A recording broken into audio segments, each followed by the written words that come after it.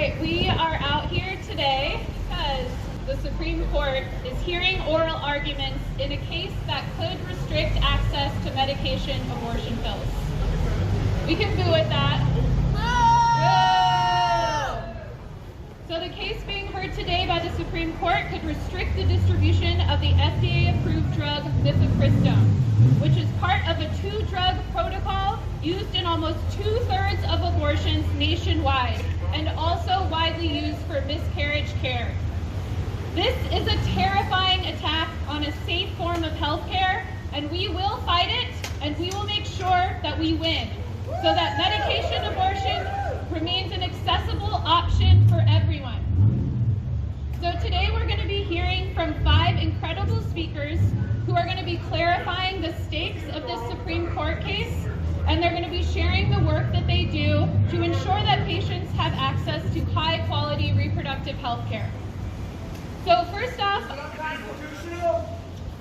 I would like to thank our co-sponsors for their support in making this press conference happen.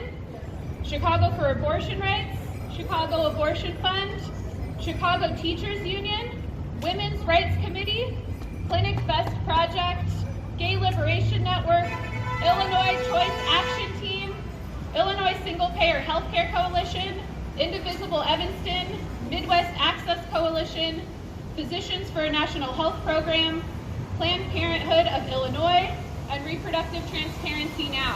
Thank you all.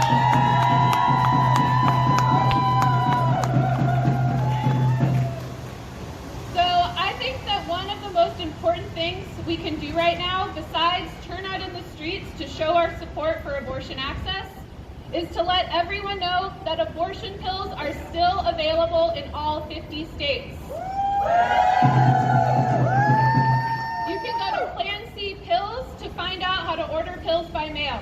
You can even order abortion pills in advance. You can find a hotline to help you manage your at-home abortion at M&A Hotline, that's Miscarriage and Abortion Hotline. And you can find legal help for abortion questions at If When How, Lawyers for Reproductive Justice. All of those resources are available to everyone across the country. Using abortion pills, whether at a clinic, through a telehealth provider, or ordering them by mail and self-managing at home, is incredibly safe and effective. Even before Roe fell, abortion care was not accessible for many people, especially low-income people and those in rural areas far from abortion clinics. Abortion pills by mail make essential reproductive health care more accessible for those who are already marginalized and those who cannot afford to take off work and find childcare and travel long distances to visit a distant clinic in another state. This case that could restrict access to Mifepristone for people nationwide is part of the anti-abortion movement's plan to ban abortion everywhere for everyone. This Supreme Court case was brought by the Alliance Defending Freedom, a very powerful Christian legal interest group designated a hate group by the Southern Poverty Law Center. They were behind the Dobbs case that overturned Roe. They were behind the case that allowed a baker to refuse to make a cake for a same-sex wedding. And they were behind the case that allowed employer-sponsored health insurance to exclude birth control coverage. Their Christian nationalist version of the world is not popular. Their plan to strip pregnant people and trans people and queer people of their reproductive freedom and their right to self-determination is not popular. We have a clear enemy in this fight for bodily autonomy, and we should name them every chance we get and let everyone know that these attacks on reproductive health care are part of a larger agenda and a larger patriarchal ideology. We can win this fight. We know that the majority of people in this country support access to abortion. They also support policies that would make it easier for people to choose to have children if they want them. Things like universal health care, paid family leave, affordable housing, and a higher minimum wage. This Supreme Court challenge to medication abortion is one of the most important abortion cases since the Dobbs decision that overturned Roe. And it's also a lot more than legal abortion. It's about equality in healthcare access. It's about protecting the agency and autonomy of women and everyone who can become pregnant. And it's about standing up to an unpopular patriarchal agenda that will not stop coming after the rights of women, queer people, and trans people unless we build power and defeat them.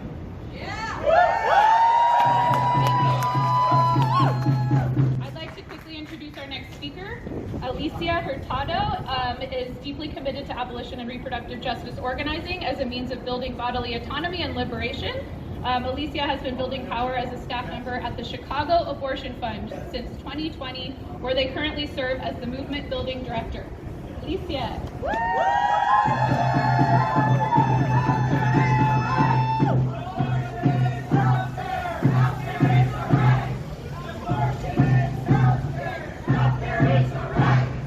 Hi everyone, my name is Alicia Hurtado. That's ALICIAHURTADO.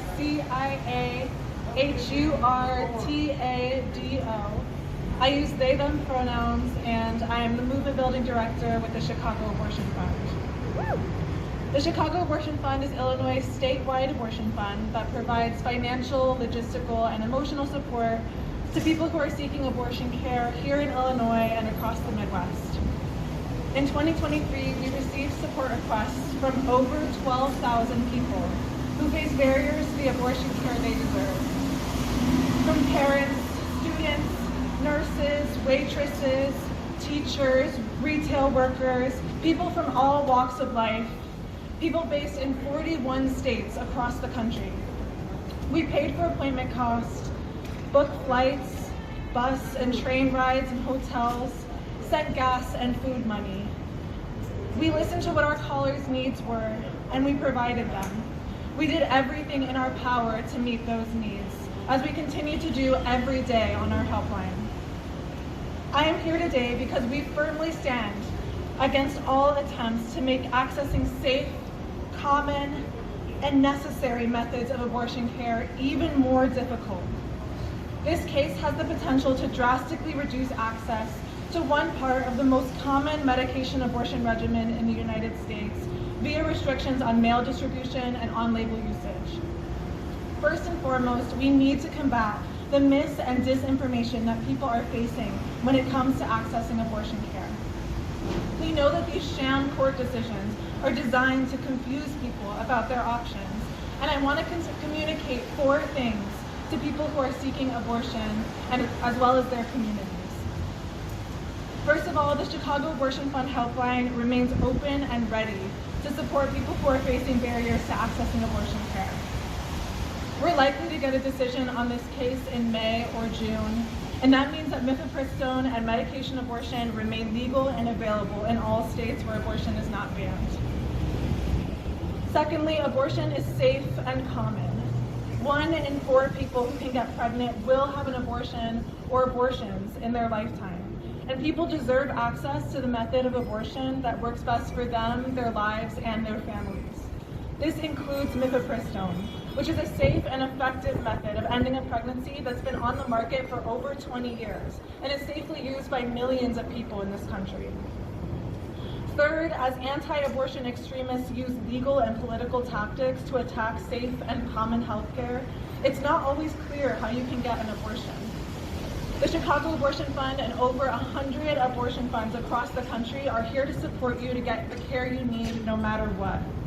We can help you find a provider, support appointment and travel costs, and be there for you until you get the abortion care you deserve. And finally, all the logistical and financial barriers, confusion, and other roadblocks that people are facing in accessing their abortion care is not a personal or moral failure. It is a systemic failure. People should be able to access abortion care on their own timeline and in their own communities, period. As we prepare for the fate of Mifepristone to ultimately be decided by the Supreme Court, we will continue to do the work, to connect with hundreds of people each week and get them the abortion care they want, need, and deserve, no matter what barriers stand in their way, no matter who they are, no matter how much money they make, and no matter where they live. Thank you.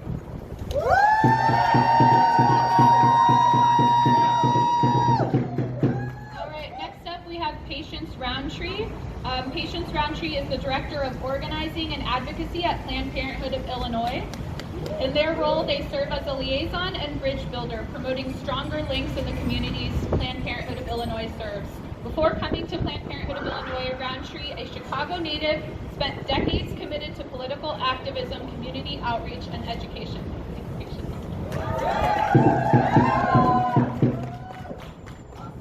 Hello everyone, my name is Patience Roundtree. My pronouns are she, her, they, them, and I'm Director of Organizing and Advocacy at Planned Parenthood of Illinois. I'm here to advocate for bodily autonomy and our right to access medication abortion. Today, the Supreme Court is hearing a case challenging the FDA approval of Mifepristone, one of two pills commonly used in medication abortion. It is an outrage that a medication that the FDA approved over 20 years ago and has been safely used by more than 5 million people in the United States is now under attack. With this case, the Supreme Court could roll back the hands of time and limit access to essential reproductive health care. But we're gathered here today in solidarity to say, not on our watch. Let's be clear. In the state of Illinois, abortion care, including medication abortion, remains safe and legal today, at least until the Supreme Court rules on this case. Since the Supreme Court overturned Roe in June 2022, the attacks on access to reproductive health care have not stopped. And they have not limited to abortion care. They also are affecting access to gender-affirming care. If the Supreme Court limits or restricts the use of Mifepristone, Planned Parenthood of Illinois will switch to a single pill-only regimen for medication abortion, which would extend the procedure by several hours and impose additional burdens on people who are seeking care, especially those forced to flee their home state to seek that care. People are already struggling with access to care when they're forced to travel. Just last week, a Planned Parenthood of Illinois patient needed assistance because they were struggling with transportation from the airport to make a medication abortion on time. The PPIL navigation team worked with that patient in the moment and arranged transportation from the airport to the health center, then to the pharmacy so that they could take that medication in Illinois and back to the airport to fly home. Right? Without Mifepristone, this person's one-day trip would have not been possible, causing them to take more time off work, arrange more for childcare, and incur more expenses. Since Roe was overturned, Planned Parenthood of Illinois health centers have seen and experienced a 54% increase in overall abortion care and has seen abortion patients from more than 40 different states. Those are not just numbers. They represent countless stories of individuals seeking essential care, care that is already being affected by political interference. Planned Parenthood of Illinois continues to fight for equitable and accessible reproductive health care, including birth control, gender-affirming care, and abortion. We are fighting for bodily autonomy because everyone deserves the right to make the best decisions for their bodies, their lives, and their futures. We are not alone. Together, we will fight to protect our rights. Thank you very much.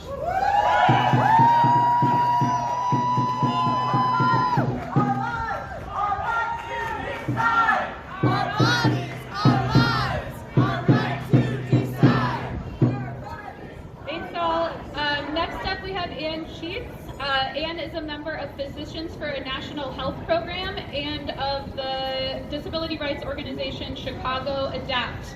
She's a founding member of the Illinois Single Payer Coalition and has been active in reproductive justice issues for 40 years. Thank you, Ann.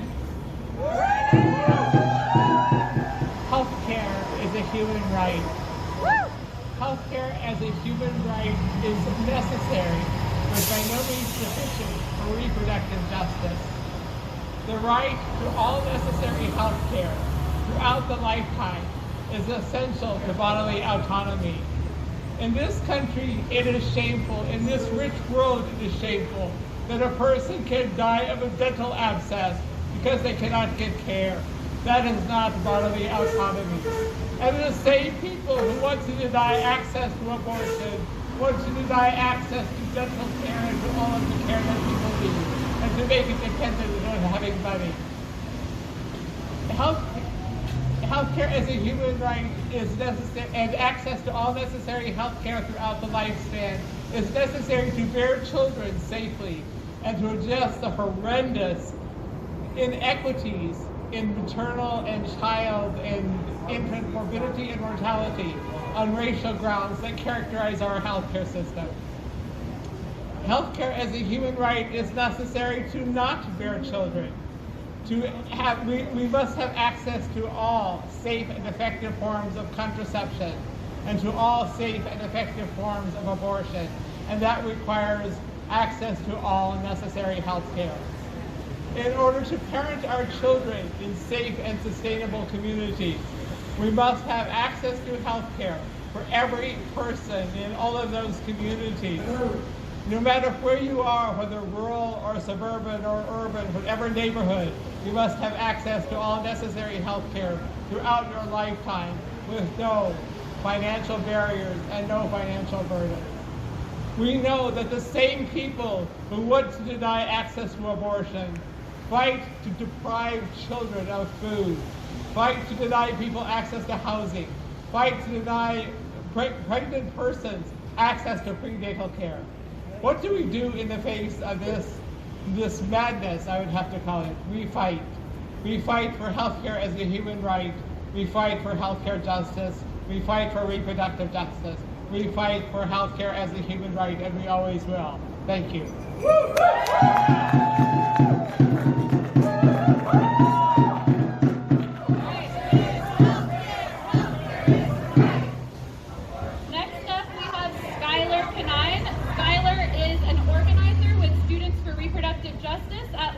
University of Chicago and volunteers as a fundraiser for the Chicago Abortion Fund.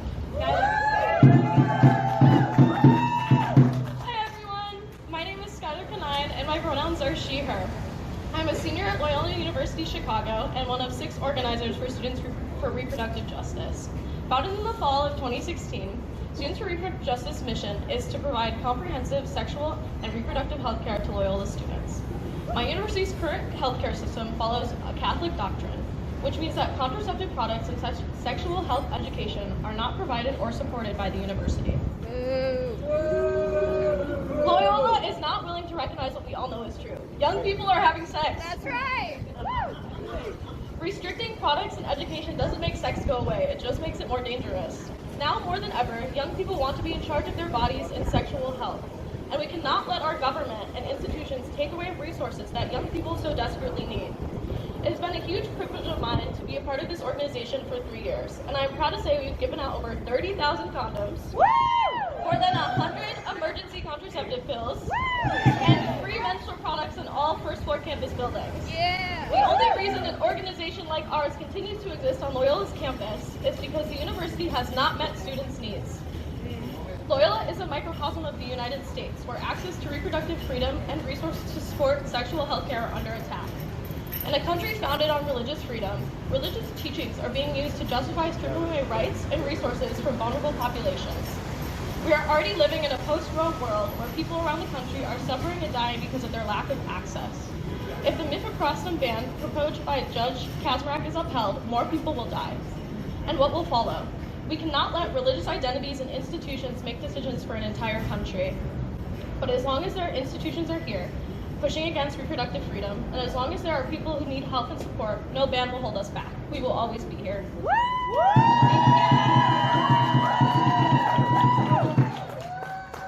right, we have one more speaker today. Debbie Pope is a longtime member of both the Chicago Teachers Union's Women's Rights Committee and the American Federation of Teachers Women's Rights Committee. She has fought for reproductive justice since before the Roe v. Wade decision and was active in clinic defense for many years. She had a 33-year career as a high school teacher at the Chicago Public Schools. A lifelong social justice and union fighter, she is also a proud mother and grandmother. Debbie.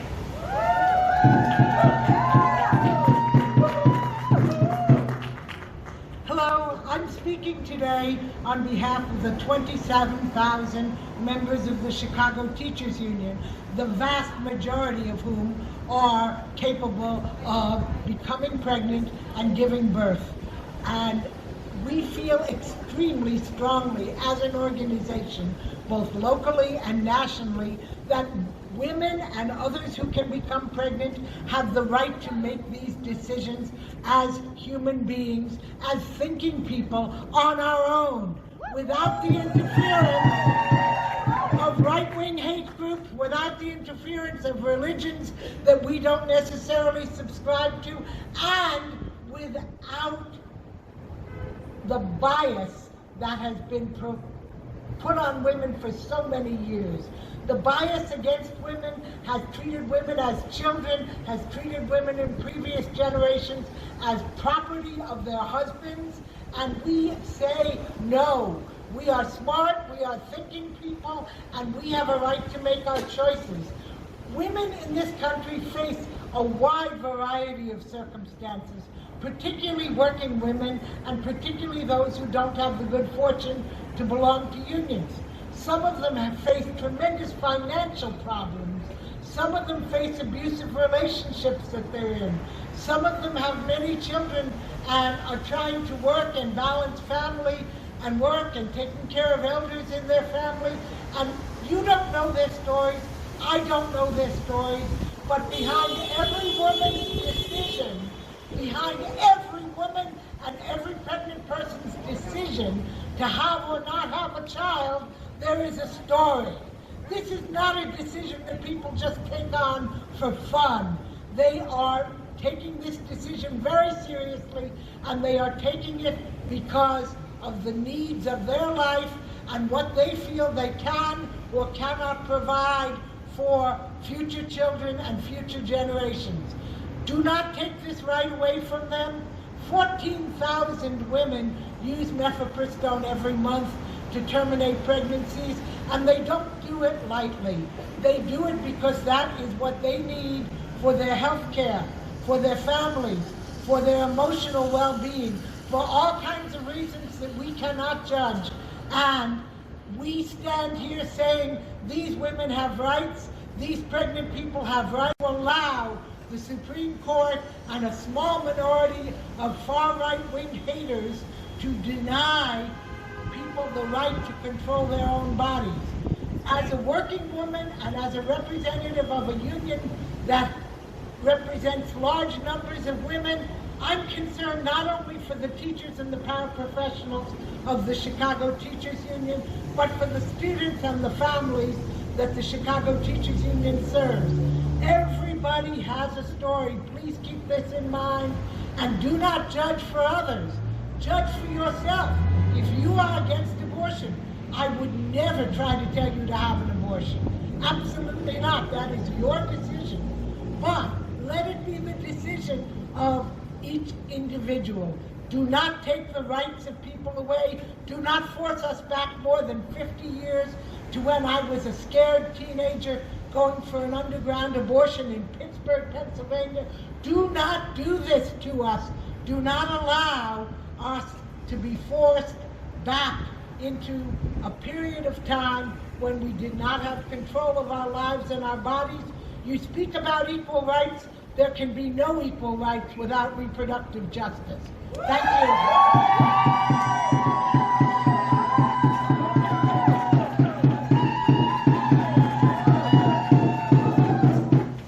I think it's really important to emphasize that the stakes are really high in this fight, and we're going to keep fighting and stay out in the streets until we win and keep the pressure up.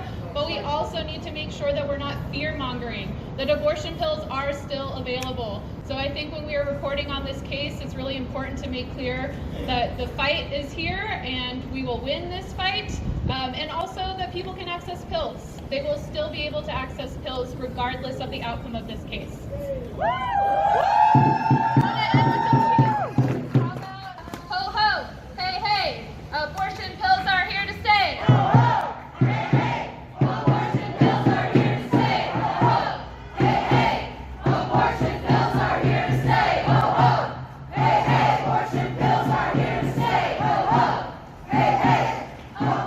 pills